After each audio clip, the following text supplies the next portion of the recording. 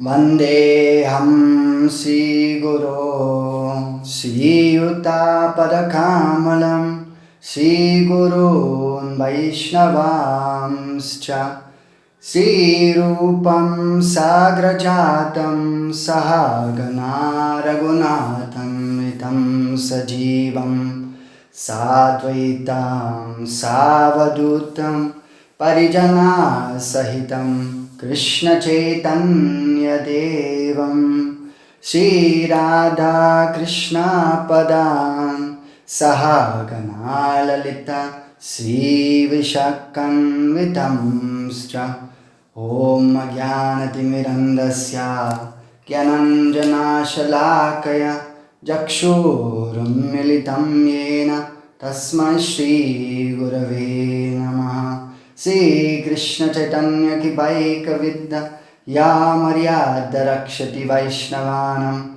Kripavalam Madhava Prestakami Shri Bhakti Dham Bharati Mashayami Namo Vishnu Padaya Krishna Prestaya Bhutale Srimate Bhakti Siddhanta Saraswati Namine Shri Varshavanavadevi Daitaya Kripavadye Krishna Sambandha Vijnana Daine Prabhave Namaha Madhurya Jwalla Premadya Shri Rupanuga Bhaktida Shri Gaura Karuna Shakti Vigrahaya Namostute Namaste Gauravani Shri Murtaye Dinatarine Rupanuga Virudappa Siddhanta Dvantarine Vanchakalpatarubhyascha Kripa Sindhu Pevaja Patitanam Bhavanebhyo Vaishnavebhyo Namo Namah Shri Krishna Chaitanya Prabhu Nityananda Shri Advaita Gadadhara Shri Vasari Gaura Bhakta Vrinda Hare Krishna Krishna Krishna Hare Hare Hare Rama Rama Rama Hare Hare. Jai Ho, Dandavat Pranam to all of you, and all glories to Sisi Gauranga Gauranga. So yeah, again we have the chance, and it is only because of the kripa of Babaji Maharaj and Gurudev and our Guruvarga that we have actually this opportunity to come together regularly and try to remember the teachings of our Guruvarga. And I think now also all of you or most of you must be in a holiday mood, I think so, because of Christmas and this celebration is going on. And yes, that's also one opportunity to remember Jesus Christ, on these days. And like Babaji Maharaj, he told that a Vaishnava, he will be known by his symptoms, and yes, so he is saying that Vaishnava, Jesus Christ is surely also a Vaishnava. Of course, there are different graduations in Vaishnava Dharma, so that's there. And also just recently, our Baba Maharaj, he was giving class, his Brihad Pagaramrita classes, which going on the weekends. So those who follow that, they maybe know that he was speaking also about especially how rare it is that someone worships Brajendanandan Krishna, because now it is already over 2.5 years this Brihad Pagaramrita is going on, and now Gop Kumar, he has reached that he has come to Vaikuntha and now Goloka and Vrindavan. So he wanted to have a relationship with Prajanananda, and there it's a discussion that how rare it is, no? And just to draw a little bit the picture of the goal also, what is the goal of the Gaudiya Math devotees, no? What they are striving for. So, and I want to try to say a few words under the guidance of Babaji Maharaj and our Guruvarga about this gradual development. Because you see, even that human form, no, is very, very, very, very rarely attained. So there are 84 lakhs of species, of living entities. So some of them, they are like aquatics, no?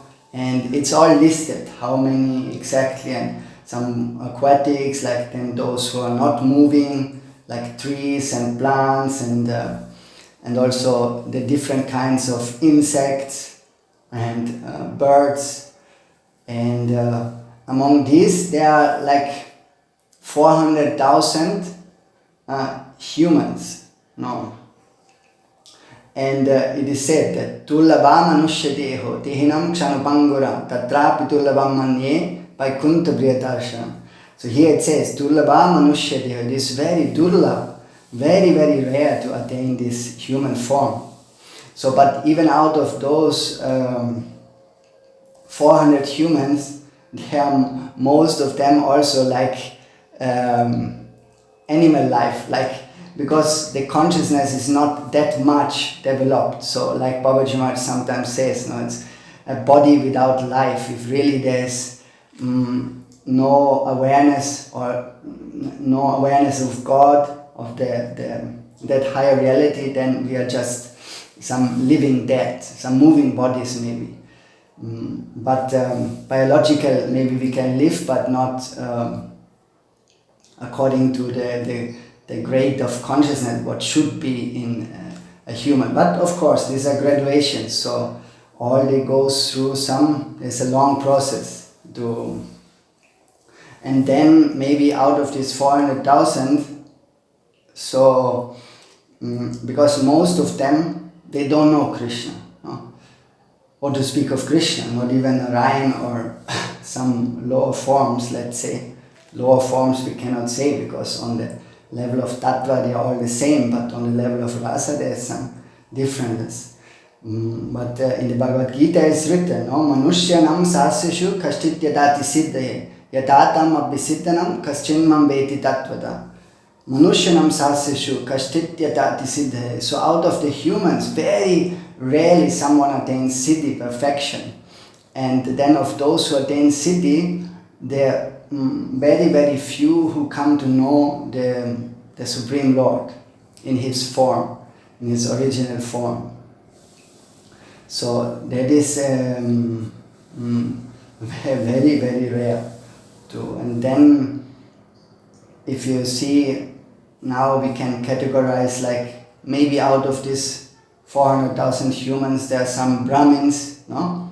The higher class of the Vedic Varnashram Dharma, but most of them, they will also try to attain the Nirvishesh Brahma, no? That effulgence, they want to merge, they want like to get this kind of mukti. So, and then out of maybe thousands of such Brahmins, no? Maybe one is really someone who worships Vishnu, a Vishnu Bhakta, so who worships Narayan, no? Muktanam abhisiddhanam Narayana Parayana Sudullabha Prasanatma Kotishvapi Mahamuni.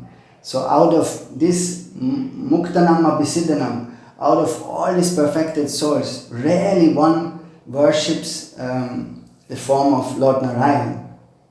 Lord Narayan is the presiding deity over Vaikuntha. No? There are so many Vaikuntha planets, and so this is also very, very Sudullabha, it said, Sudullabha Prasanatma, Kotishvapi Mahamuni. So Narayan Bhakta, what to speak, and then from those Narayan Bhaktas, if there is someone, or let's say they worship Krishna, because Krishna and Narayan, they are not different in that sense, in Tattva. So, but if he is really one-pointed and with uninterrupted devotion and only worshipping the Lord, then this Ananya Bhakti is also very rare, because it's not that they are all Ananya Bhaktas, no, completely fixed on their worship, which is uninterrupted. And then maybe someone becomes a Krishna Bhakta. So a Krishna Bhakta also, then the question comes, because there are different stages, no?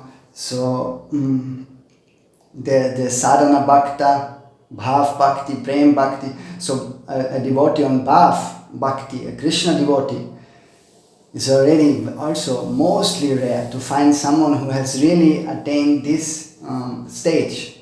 And what to speak of Prema Bhakti, which is even higher. And then what comes after Prema Bhakti is that, this is, you have to attain Swarup Siddhi also.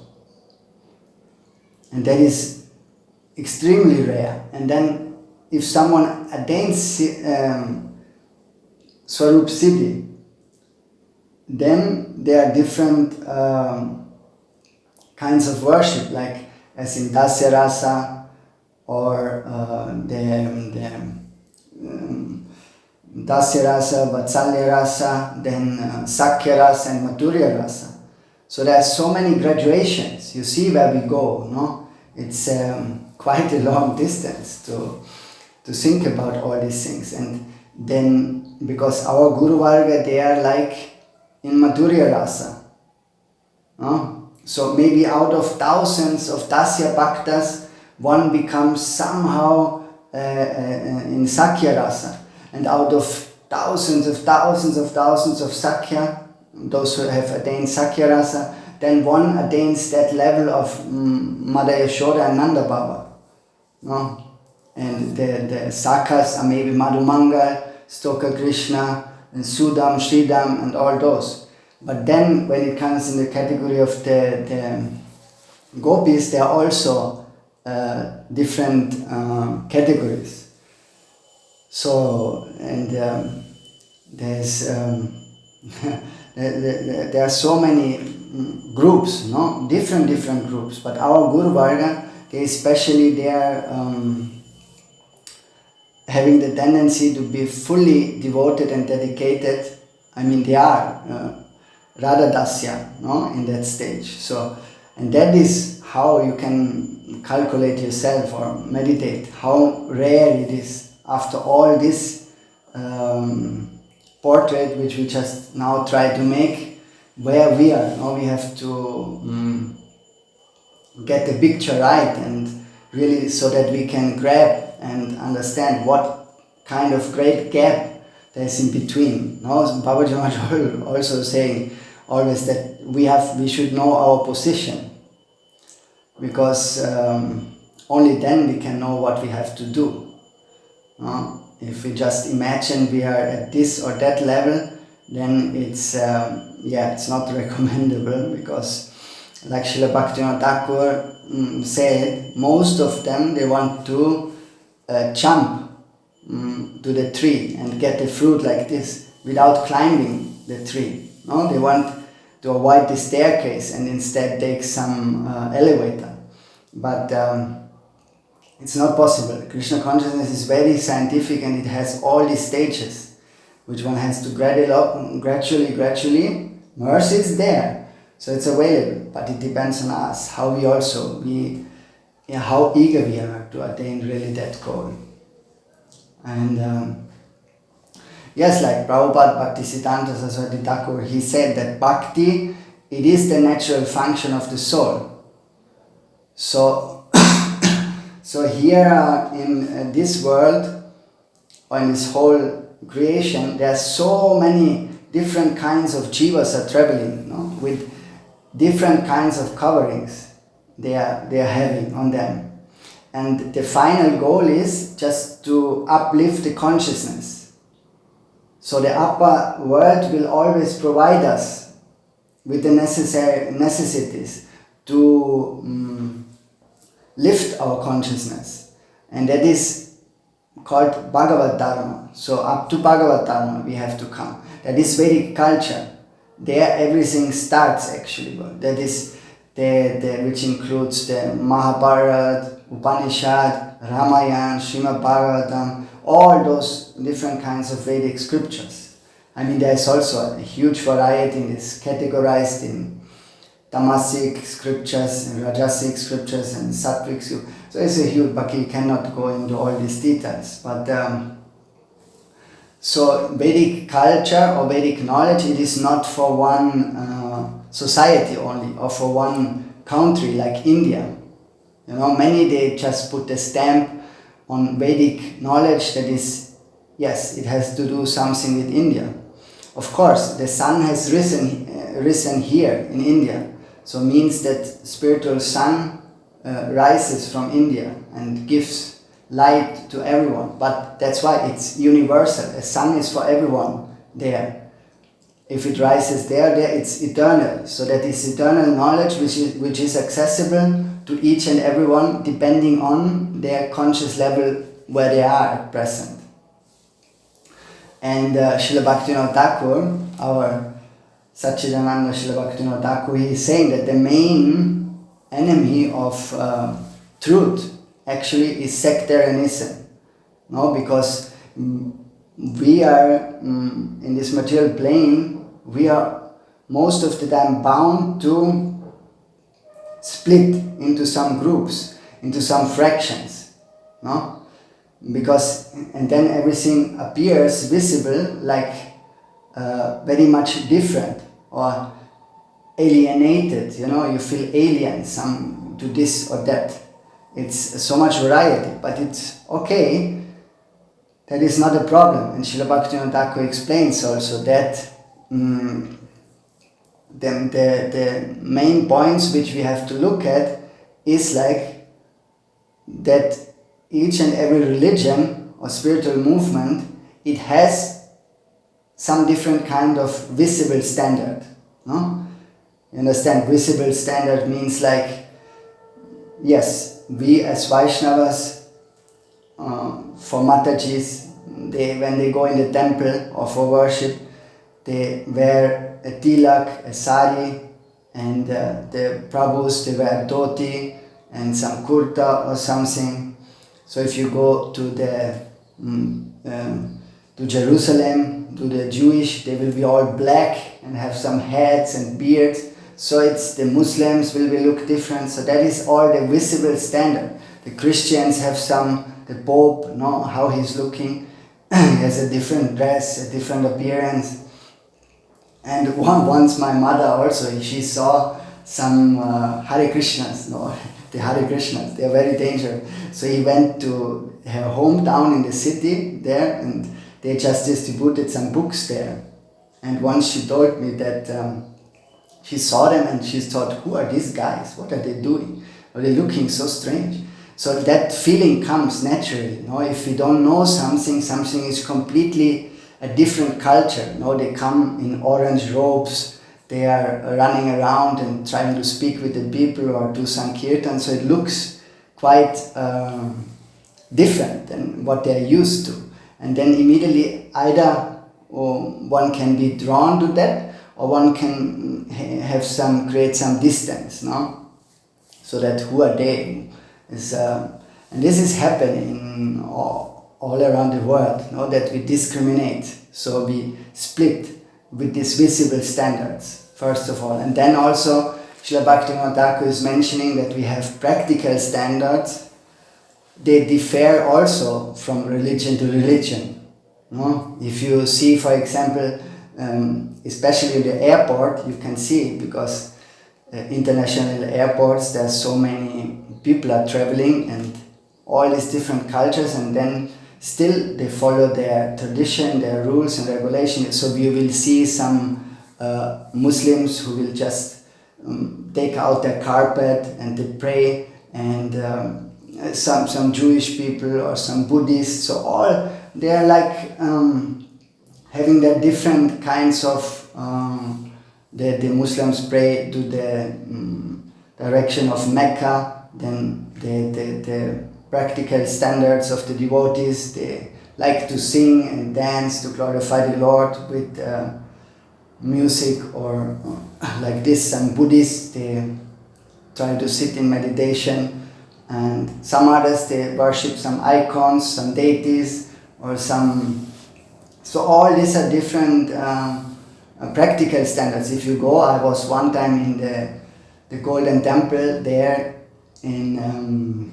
They are also, they give you a hat. You have to wear a hat, not to go inside. But if you look, you go to the church, then they take all off their hat. So someone in the church, he is kneeling down, and someone in the temple in India, and some Hindu temple, he is paying Dandavat Pranam. So these are practical standards which also create some split into groups. Because of that, someone can feel different, and so these 2 points, they are not so. I mean, even nowadays, these are also difficult to overcome for many of us, and we can see it. That's why so much friction and problems are created because of this visible and practical standard. It's not.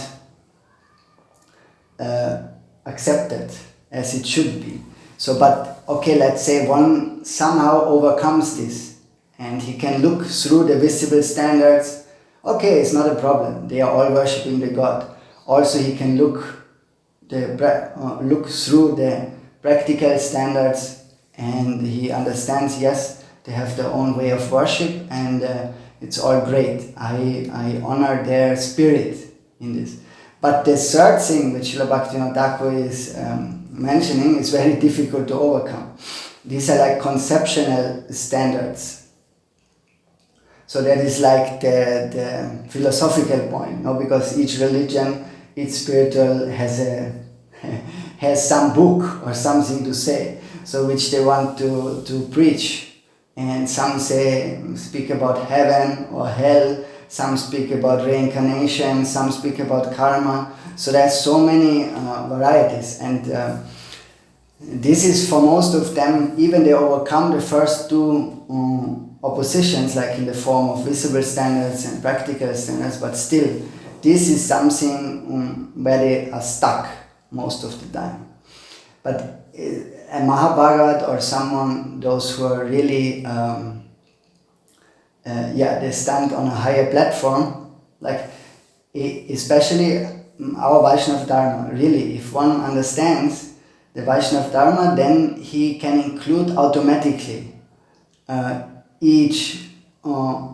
of these points. Actually, he has some overall understanding, because it's so vast, our Vaishnava culture, that it's open for everyone, and everybody has a place.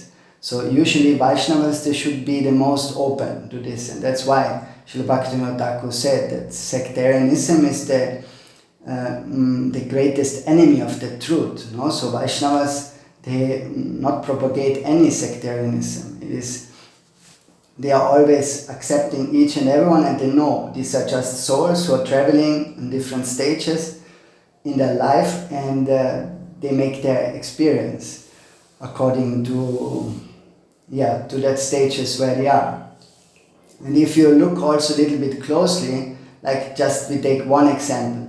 If you take the original sin, no, which the Christians are, every Christian, let's say, those who follow that belief, they should think they are born with sin, no? Because it's that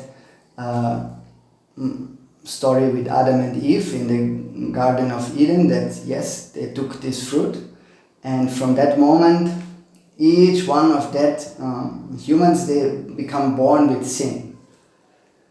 So they should lead a life of repentance, no? That's why they also say the cross. The cross is like one symbol to carry, one heavy weight, one heavy burden. So one has to gracefully walk through life very with dignity and honor. But I know I have to carry this. I was a sinner. That is there how they think. No? I mean, there are so many groups also in Christian tradition, but that is what I heard from some of them. And then, so they have to repent somehow. No, it's always one feeling of yes, that I have some burden on me, something. And every child is born with this original sin. So, but in the same way, now, if you look, because they maybe say, if you tell to the Christians something about karma or something about reincarnation, about all those things, they maybe not agree, some of them, who have not understood it. But actually, that is similar, it's almost same, no? Just the mood behind, because we also, each and every living entity, even if a newborn child is born, it's not that nice, young, small baby. It has a whole history of karmic reactions which are just going with that baby. So he has also to suffer for that, and he has to pay for that. And that's why we try also to purify ourselves because of our karmic reaction, which we have created. And there are different kinds of processes now which one can follow. Some follows tapasya, some follows yoga, but actually most of this, they are just burning down the bamboo or some forest, but the roots are still there. So only this, if you put the element of bhakti, then actually it can also take out the core, the root itself, so that this will be, this circle will be stopped. So it's not, so the same mood is in both, no? They are also living, thinking, yes, I have committed sin, because that's why I have to be in this world, I have to suffer. And also those Vaishnavas, we think, yes, we have done so many sinful activities, and we have to purify ourselves. So it's not so different, no? If you see in this light. And yeah, one must really overcome, no? And accept all these differences in the visible standard, in the practical standard, and in the conceptual standard. And then we don't want to convert anyone, no? It's just like the founder of ISKCON, also Swami Maharaj, when he went to the West, they also asked him, you come to convert everyone into these Hare Krishnas. Then Swami Maharaj also answered that actually, we are not trying to convert them. We are just trying to make them better Christians, so they can follow their way. But Swami Maharaj at that time saw that, because he had a lot of conversations with those bishops and Christian leaders from different churches, and in this way he came to know that they actually all meat eaters. They are just so their life is not really pure. So in this way he tried to make them aware that yes, follow that path, no? Just follow your path, but with the original principles, no, pure principles, which are in each religion are there. Now the churches, they are closed nowadays, no, and you can see even they are sold to some people. They make all kind of things out of it. Even some kind of discotheque or some bars or whatever they do. But the churches been closed more and more nowadays, no? It's a truth. But on the other hand, in the West especially, what is open day and night, from Monday to Sunday, no? from 24 hours, that are the slaughterhouses. So there, the churches are closing, but the slaughterhouses, they are open the whole year, and 24 hours a day. So this is the situation. That's why that is not really, one can say, the Christian Dharma, because it was not taught like that way to because the Bhagavad Dharma, it is also, it is said in the Srimad Bhagavatam that the impurities, they have to be removed from each and every religion. That's why the Bhagavatam says, Dharmo prachito kaitavatra paramo nirmatsaradam satam vedyam vastramatravastu shivatam tapatran mulanam. So it is said, Dharmo prachito kaitavatra, those kaitava, cheating dharmas, religions, they will all be excluded from the Srimad Bhagavatam, which especially means those religions who are following Dharma, Artha, Kama and Moksha, because these are not these are four Purush Arthas which are not connected with the soul actually. So the fifth Purush Artha is Prema, that is love of God, but that came with the appearance of Chaitanya Mahaprabhu. So till that, almost each and everyone in their religion has these kinds of elements, Dharma, Artha, Kama and Moksha. Maximum they go up to Moksha. So, but this is actually a cheating religion, the Srimad Bhagavatam is saying. So it rejects all those religions which are following Dharma, Artha, Kama and Moksha. And so in this way, the purity has to be maintained, from each and every religion. That's why it's so necessary and so important to have Guru Parampara. That whole system of Sampradaya means like to really protect the purity of the Sampradaya. Because especially in Christianity, there are so many, it's no more traceable, whom to follow, how to follow. It's a very wishy-washy. Everybody rewrites this and that. Even that time, that main king, Constantine, he started with that whole meat-eating thing, because he himself was a meat-eater. He himself liked to enjoy life, and then, okay, he has a lot of money and power, and then he can engage his servants to rewrite scripture and rewrite according to his taste. So in this way, many times it happens that some leaders, some politicians, some of these, they just dilute the whole conclusions of the scriptures and try just to, according to their taste, so that they can enjoy however they want.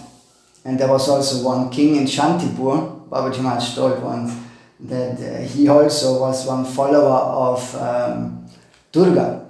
And then he had also some scholars, and they rewrite the Ramayana.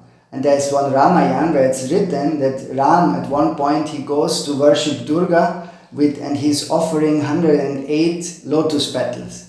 So that means now Ram he is worshipping Durga, so let's worship Durga. She is the main goddess. All should worship her. So in this way, it's everywhere that these impurities creep in, into spiritual organizations, into religions. So that's why those those who come to purify, they are those protectors, from the original purity of that Dharma. They are absolutely necessary. Without them, there's only we have no chance to get any pure thing anymore. It's very, very, very rare. And this is like really what we can also put somehow together, because if you look at the time of Jesus, it was also a very polluted time by all these Pharisees and those monks and religious followers. They just They in the name of God, they just try to make money, try to make followers, try to get some power, some position. And that's why Jesus, he was just very much interested to stop all this nonsense, no? So, but these are like disruptor, no? You understand? Disruptor, these are some people, they just come and they want to change the whole situation. Like disruptors also in economy you have, or in social, everywhere on the market, there are always some, for example, like Amazon. If you take Amazon, then also they completely change the whole system of buying things. No? Nowadays there are also more such organizations, but it changed the whole practical process of how to buy or acquire some things what we need in life. So it just goes over internet and they send it here and there. So it make a complete change, and they are always there, each and every. So religion needs also always to be again tested and seen. What is what is there still some truth in it? Is there still something valuable? And otherwise they have to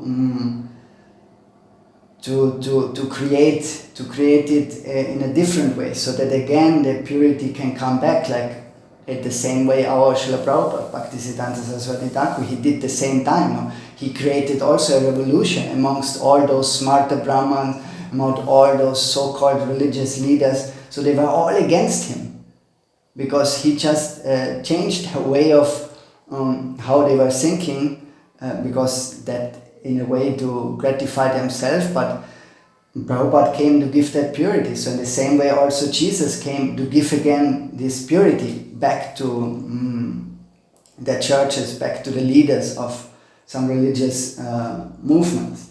But that's why it said that Kali Palina India Guruvarga Si Bhakti Marga Iha Kanta Kakoti Ruda Ha ha ya yam vikalikim maham karomi Chaitanya pitta yadinatta kim karosh. So it says that Kala Kalir Palina India Varga, that is, first of all, it's a problem that it's Kali Yuga, and in Kali Yuga the senses, Bala Indriya, the senses are very strong, so they push us here and there. So it's a big problem for the practitioners on this pathway. And then also Shri Bhakti Marga Iha Kanta Kakoti Rudaha. It has millions and millions and millions of thorns. The pathway of pure bhakti, the pathway of pure religion, it is always spiked with millions of thorns. And like Prabhupada, our Guruvarga, our Gaudiya Guruvarga, they just come and try to, even sometimes they have to step on the thorns themselves and bear the pain. But in this way they remove one by one, so that we can follow smoothly that pathway. So we have to always remember what kind of sacrifice they did, and that's why I think so it's nice to connect. If you just have this picture now in front of you, when Jesus was crowned with the thorn crown, no? On his head they put also one crown made of thorns, so he had also to suffer. Then so he takes this suffering to help others, not to become free. In the same way our Guruvarga also, they remove the thorns, so they get also hurt, they have to go through some pain in that way, just to give others a better opportunity to walk this pathway. So that's why it's we can give big honor to Jesus Christ in this way, that he really took up this suffering for him to clear the pathway, even though the people they also did not recognize, but most of them. So, but our Acharya is the same. They try and try and try, and most of the people cannot recognize. But you see what happens, no? What happens to Jesus Christ. So it was when we can remember this pastime because it's very similar to our pastime of Srila Haridas Thakur. I was actually there one time. My father, he wanted to go to Jerusalem, and I also was interested, so we went there and visit all those pastime places of Jesus Christ. And there's also the road where you can go, where Jesus Christ was heavily whipped and beaten, and they spit on him, and he had to walk with his instrument of death on his back, the cross. But why this happened? Also before, we have to say that when the priests, they were asked, in front of them was one very brutal prisoner. He killed even. He was judged with murder case, and he was very notorious person, like some kind of Chaga and Mother, in order to disturb all people. Like his name was Barbaras, as you know, and he was put on one side, and then on the other side they put Jesus. You see, really, this is a very nice meditation, because now on one side, if you just put these two persons on a chair, you now see them, one person is sitting there, which looks completely rude, completely brutal, very tamasic from his appearance. One can feel it, what kind of energy is emanating from him. And on the other side, you look that person which has love for everyone in his heart, love for the Lord, which is like very soft and tender-hearted, very pure. Also this person, so they are in front of the priests and in front of those village men, which are all outside now, because it's a big thing now. It's they are all there, they are all present in this when this happens. So then they ask the priest, so whom we should let free? And the priest immediately he pointed out to Barbaras, because he knows Jesus will only disturb them, and he will just make some trouble, and so immediately pointed out Barbaras. And then he also asked, even after, because he himself was somehow thinking, how is it possible? But also then he asked the crowd, and the crowd also loudly they shouted that Barbaras, he should become free, and Jesus should be crucified. And from this, you can really see now the tendency what the humans have on this earth. It's nowadays not different. We all have chosen Barbaras. We don't want the holy man. We don't want the pure devotee. We just want, be it in the politicians, in every religions, in every social organization, so everywhere we always choose this kind of people. They are ruling nowadays. Demons, ugly persons, very rude. And so this is our choice. We are not because like Prabhupada Bhaktisiddhanta said, if you speak nowadays about this absolute truth, the people, they have gone so far away that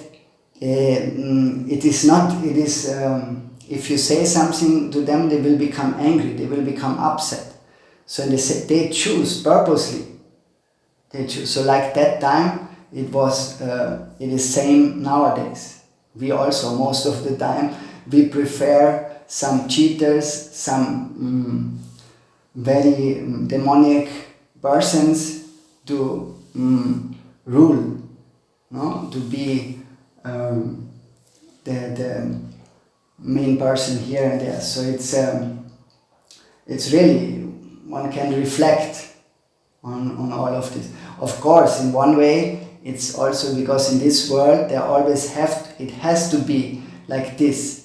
There has to be a shadow and there has to be light. Otherwise, the glories of the good things would not one could not feel. So that is also there, but on just if we think plain, then it's just this, that most of the time now we choose the same person to guide us, to help us. So, but that will never be possible, because they will only cheat us, and that is what we can see everywhere. So, yes, and then they just walk, no? Now Jesus, yes, he is that one who should go on the cross. So, and he has to bear all this weight of his cross, has to carry it, the instrument of his death. And on the way, everybody is spitting on him, everybody is shouting at him, everybody is criticizing. So he has all to bear the physically, the physically stress, and also the mentally, and all this, until then finally, yes, they put the nails into his hands and feet, and then he has to be on the cross in front of his mother. You remember, the mother is also there. So this is how, but still, there we can see, and this also Babaji Maharaj is telling that. Because what Jesus Christ was saying, no? It was very famous, and we all know it, that my Father in heaven, they don't know what they do, so you please be merciful to them also. And this is Trinara Bisunichana, Tarora Bisahishna, Amanine Manarena, Ketanya Sarahari.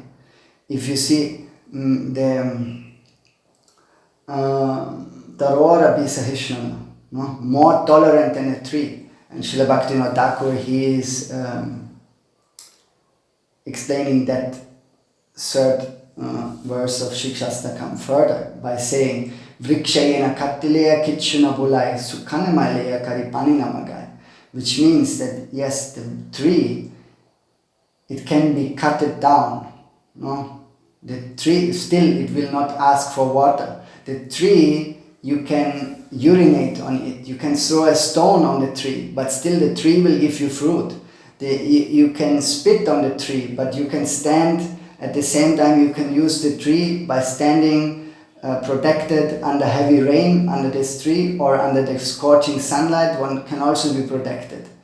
So that is our main teaching, and Srimad Mahaprabhu said that without practicing this Janadabi Suni Shloka, which we should wear like a necklace around our neck, we cannot chant purely the holy name. And this is that especially this we can see in the life of Jesus. No? If someone likes to torture him in this way, but still he wants only the best for them. So can it be someone else than a Vaishnava? No. So these are the symptoms Babaji Maharaj is saying. Like the doctor can see your sickness, or he can detect your sickness by seeing the symptoms. No? In this way, so we can also conclude that yes, Jesus is a great Vaishnava, because who can act like this way, no? And so there are many teachings in the life of Jesus. Also, if you look at the temptation of Christ, no, the temptation of Christ is like the temptation which we all have. It's the temptation of the spirit and the flesh. When Jesus had to go into the desert for 40 days, and he just fasted for 40 days. And then at the end of these 40 days, it was like, it is explained in the Gospel, the early life of Jesus, that, and also Leo Tolstoy, the Russian writer and philosopher, he comments also on this. Somehow he said that, the whole thing, maybe you also know, that when Jesus was in the desert, very, after 40 days fasting, so how you must feel. We have today also Ekadasi, only one day for us is difficult to fast. So what to speak of 40 days, then can you imagine his condition? And then Satan, somehow is explained that Satan appeared, no? And that we can say that Kali appeared to him, because Prabhupada said also, in this, Kali cannot allow us to do bhajan, no? Prabhupada Bhaktisiddhanta said this. So, in the same way like Jesus was tested, and now, yes, if you're really the Son of God, no? Okay, come on, turn this stone into bread. And the Satan throw one stone to Jesus, and now he's saying, turn it into bread if you're the Son of God. And yes, you should have so much power, no, to overcome your hunger and thirst, and turn this stone into bread. And but what did Jesus say? No, I am not the son of flesh, but I am the son of spirit. So this is the thing. If he would even transform this stone into bread, what is the stone? It is matter. What is bread? It is also matter. If you turn one matter in another matter, then what? So Jesus said, no, I am not the son of flesh, of matter. I am the son of spirit. I am not living on these things.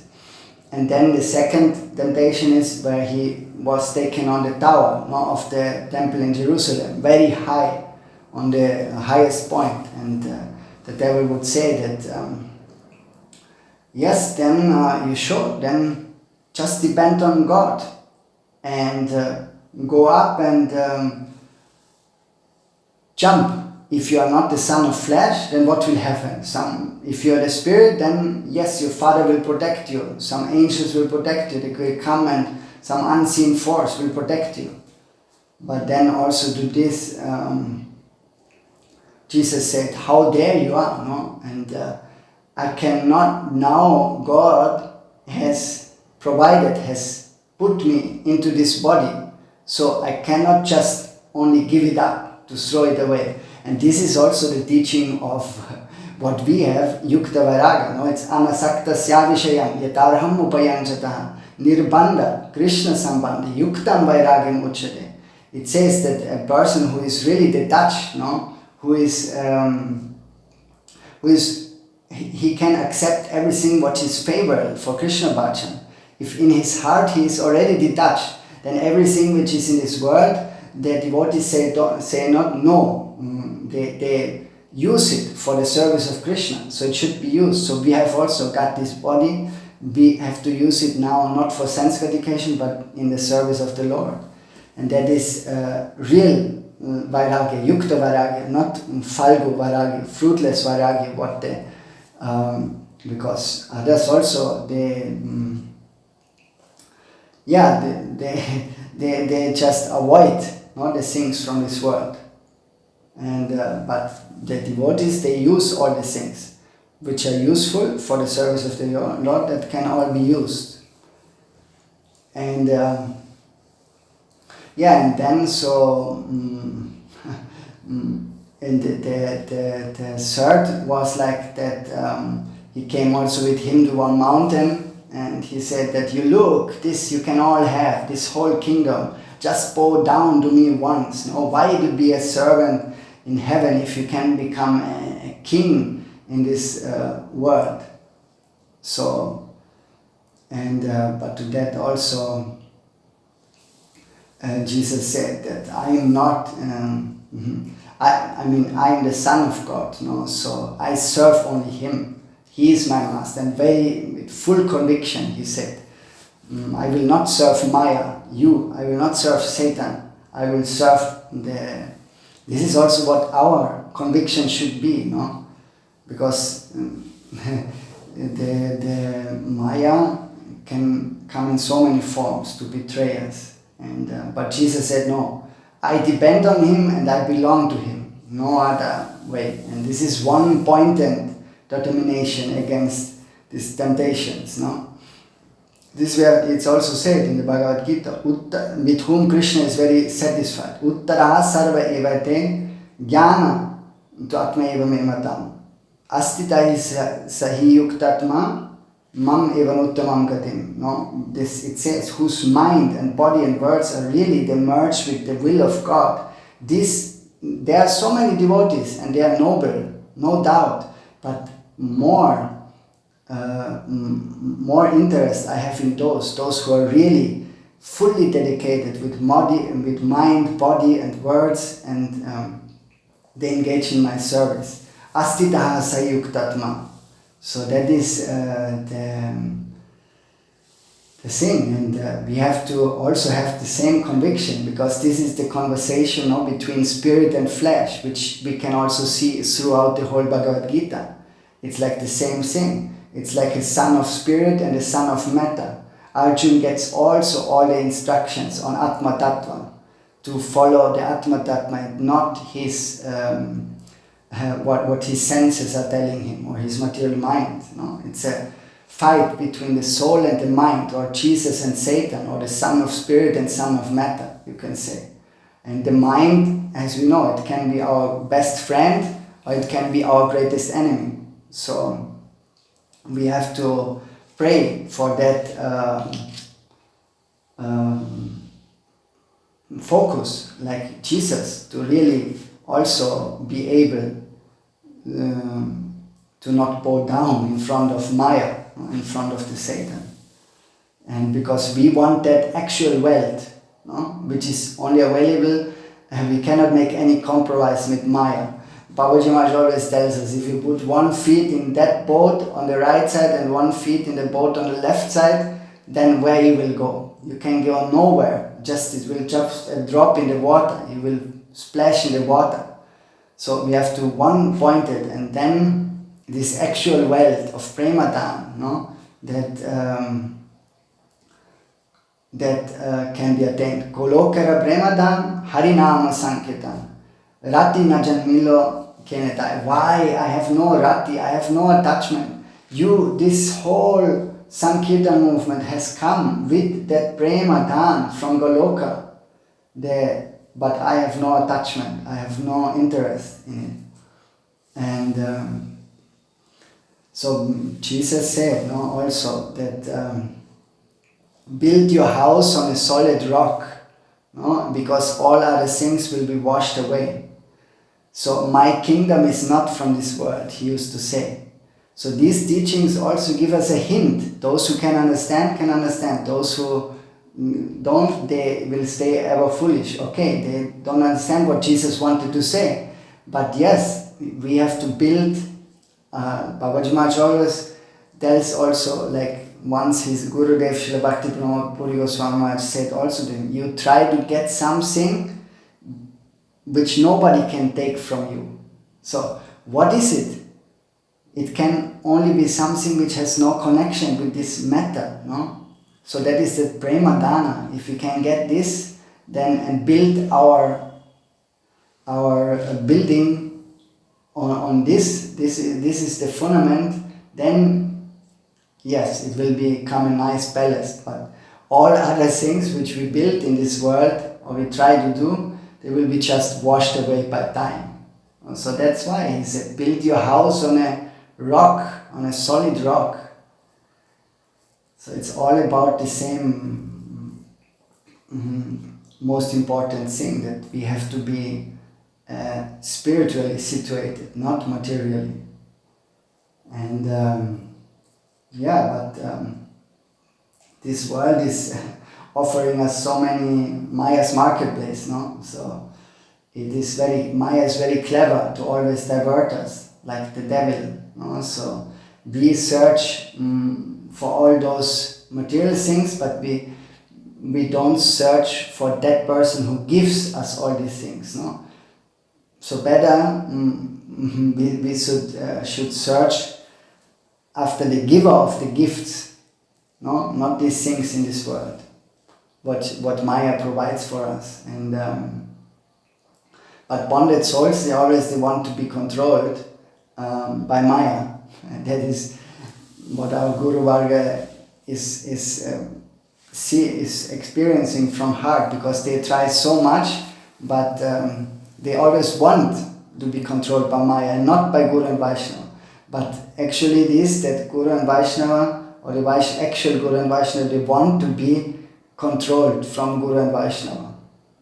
And that is actual liberty. No, so yes, these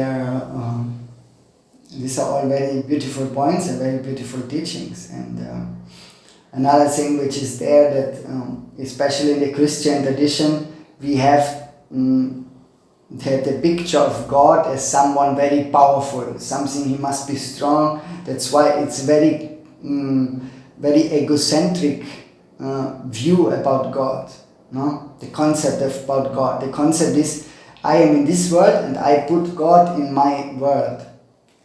As Babaji Maharaj said, no, we only look at our experience bank. What we have experienced, what is there in our experience bank, that we think also of the upper world. So that's why in the pictures you see of some famous painters like Leonardo da Vinci or those, they make the God, the Lord, with a long beard and very masculine. He has a muscle, but it is like, that is only we think, because power is necessary here, strength is necessary here, the oldest must be the wisest. So this is all the things which we are putting on that reality, because we think like that. But first of all, Vaikuntha is without, it means Vaikuntha, it is without fear. So there is nothing to fear. So then why God must be powerful? He has the like a bodybuilder, no? Make him, he is painted like that.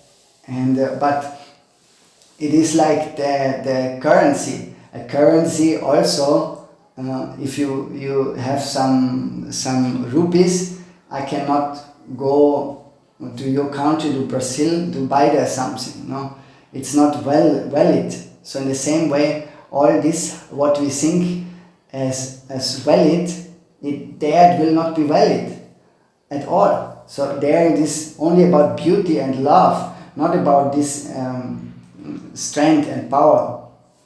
But this here in this world, we see it is useful and necessary. That's why we also want to project it in this to that world. But it's not like this. And so I don't know. It's over time. If you maybe, I don't know if I should continue a little bit, or what do you think?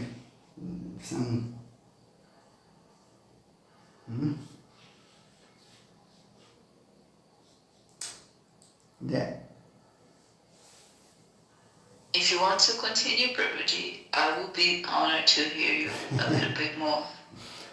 Okay, then there is also, if you remember that prostitute, no? I don't know her name, but she is also there in the where there is one pastime with Jesus. No, who will be the? Huh? Her name is Maria Magdalena. Maria Magdalena. No, this is the prostitute. Yes. Okay, so that she was pointed out to be stoned, no? And then what did Jesus say? No? Who has that purity, that clean heart to really throw the first stone? And this is a very nice teaching, because so many times we try to point out others, but where we have to start, no? It's our heart at first, where we have to look really before we can correct someone, or before we can give some instructions or something. And the same thing, some similarities there with the pastimes of Prabhupada Bhaktisiddhanta. When they wanted to steal the holy murti, because now Gauradas Babaji Maharaj, he has left, and now his divine murti, his body is still there, and those Babajis, they all tried to get this body because they thought, no, it will bring a good reputation and a good name, and also we can earn out of this. So surely this was their inner desire, no? But when Prabhupada arrived, he questioned them, no, who is really that one who can touch this body? If someone for 1 year or for 1.5 years he has not some illicit relationship with some Matajis or this and that, then okay, he can touch this body. But nobody was ready. Then also he said, okay, for 1 month, did someone touch? No, also not. For 1 week, for 1 day. So nobody was ready. Nobody had that purity. And that's why then actually Srila Prabhupada, our Srila Prabhupada Bhaktisiddhanta Saraswati, he took the divine body and put it into Samadhi. So this we can remember. Another thing is very nice also, that is about when Jesus said someone was slapping him, and then he just said, yes, you give him also the other cheek, no? The left cheek, and then you give him the right cheek. So in this way, and he was also asked to someone was stealing his coat, and then he said, okay, let it take, and you give also your undershirt. Something like, maybe I don't say this all how it was actually, but I just want to give you the essence, or to try to give, to remember that it has actually a connection with karmic reactions, because in this way Jesus is also showing that if you just, someone slaps you and you slap back, so your chain of karmic reactions will not be stopped. So it's a deeper understanding that, yes, Jesus wanted to say with this, that be careful. So things will come to you in life. You have produced them. They are coming back to you anyway. So don't do something against it. Just tolerate it. And in this way one can stop the circle of the karmic reactions. Because otherwise one will be always more and more involved in more and more karmic reactions. So we have to see how we react in life, with the people. Because they are just like postman. The postman is coming and he is delivering us the message, which we already have sent it out. So the people, the persons in this world, they are not the problem. We have created everything, how it comes to us. So, and the last thing that is very nice also, that is the parable. Jesus gave all these stories, and they have some deep meaning. And then once he went through seeds, seeds, and he just go and in front of all the people he throw some seeds, like a farmer. He would throw the seeds on the bare ground, and but then some birds would come and would eat that seeds, and then he would put some other seeds. He would throw on some rocky soil, which is like the seeds would sprout, but at the end, because of the roots are not deep enough and the scorching sunlight is just killing them, and then another few seeds he was throwing on thorns, and thorns, the plant would also grow, but it would be suffocated, because all these thorns and weed. And then the third one, the last seeds he was throwing on fertile ground. It's very nice teaching we can get out of this. Wonderful teaching, because the message is this. Jesus said after that if you don't understand this parable, this you cannot understand the others also. You will not be able.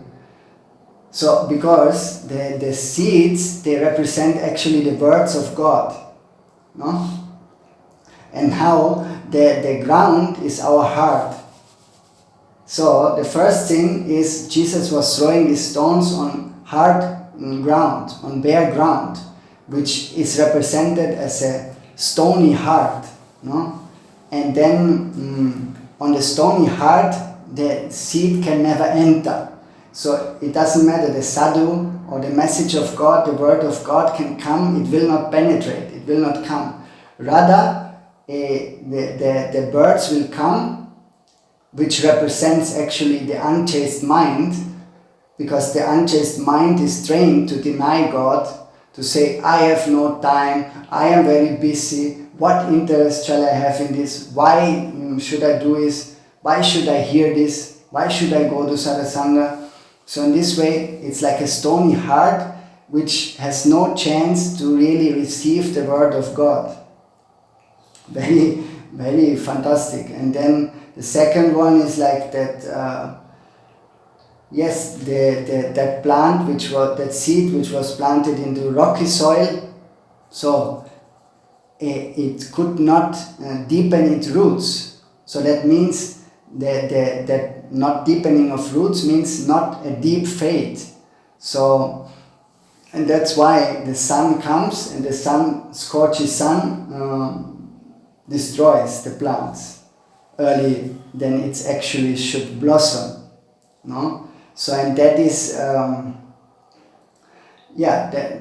this means there's not enough faith in this. So, and it's like hobby spiritualists, no? They do something for some time, but then there comes the first problem or some test, they fail, and then their faith is also, breaking. So they have not, they cannot go through tough times like a scorchy sunlight. If sometimes life is tough, but if nothing has happened, oh, why I'm still suffering, why I'm this, I prayed to God, but nothing happens, so then one can lose faith and one can just drop everything. And also it means, like, in one way that we are not 100% committed, no? So it's like hobby spirituality. It's like if you have one partner, no, and for very long time you're together, but you're not married. So you're not taking the decision to have a commitment. It's like so many people walk like this on the spiritual path. No, they walk on the spiritual path. They be with devotees. They be that, but to really make a commitment. Yes, I want to lead my life like this. Because at that moment when you're married, you have a commitment. No, so this we should also try to have with Guru and Vaishnava. Otherwise, it's just like I spend some time and there's no deeper commitment. So deeper commitment has come, and that is the good soil which produces the good fruit.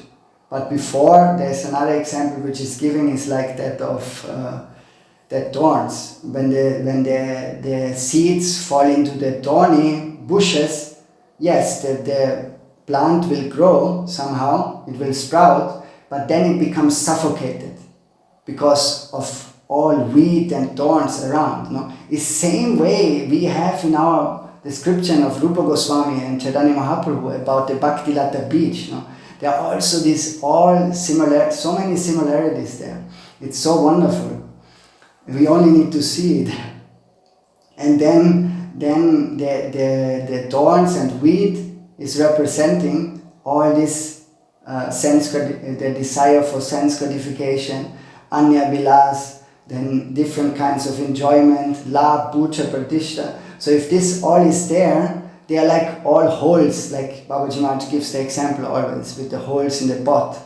So the pot has holes, and you put some nectar inside, it will just drop outside of that holes. You cannot keep it. So in the same way, this is all suffocating the Bhakti Lata, this weed. It is, it cannot sprout, it cannot blossom. But finally, the good soil, really, it produces the good fruit. No? So it is only, this is, the soil is representing our heart. So how it is prepared, so we have to really try to make our heart. That's why we have also Balaram there, who is helping us, which is Gurudev, Guru Tattva, because he is that one who carries a plow. What are pictures where Balaram is having a plow? Why he is having the plow? Because he is like cultivating the field. What field? The field of our heart. So, and in this way he cultivates the soil very nicely. So, but we have to be really submissive to the will of that farmer.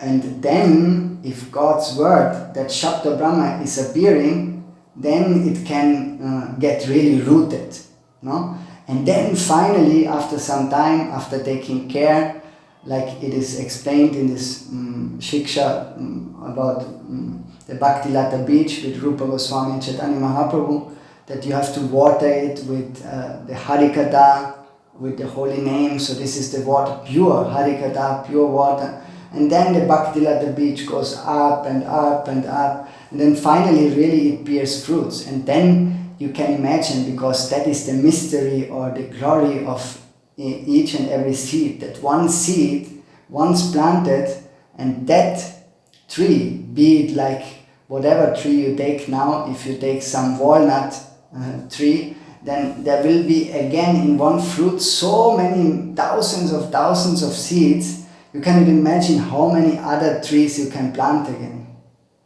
So that is why Mahaprabhu at the end said, if you have this, you can no more taste these fruits alone, you have to distribute. And that is really that area where one can go to preach. This is our Guruvarga. They just have now the full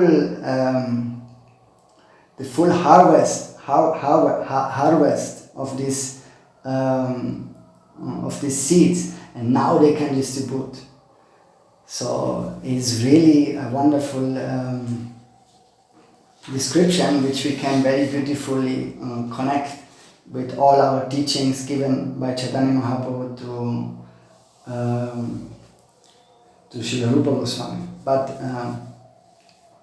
I think now today is also Devananda Pandit disappearance day and Srila Bhakti Aranya Goswami, so we can also pay pranam to them and pray for their causeless mercy. So, but we will have no time to speak about them. So please forgive us, and if they can bless us, so that really, because only Vaishnavas can bless us, so that our soil of the heart is really able to to sprout, no? Because we need to have a pure heart, then it's possible. So thank you again and again, and for giving me this opportunity, because it helps also me a lot to hear these things and deliberate about it. So thank you, and yes, in the name of Jesus also, I would like to wish you all a Merry Christmas and yes, the best on your part of bhakti.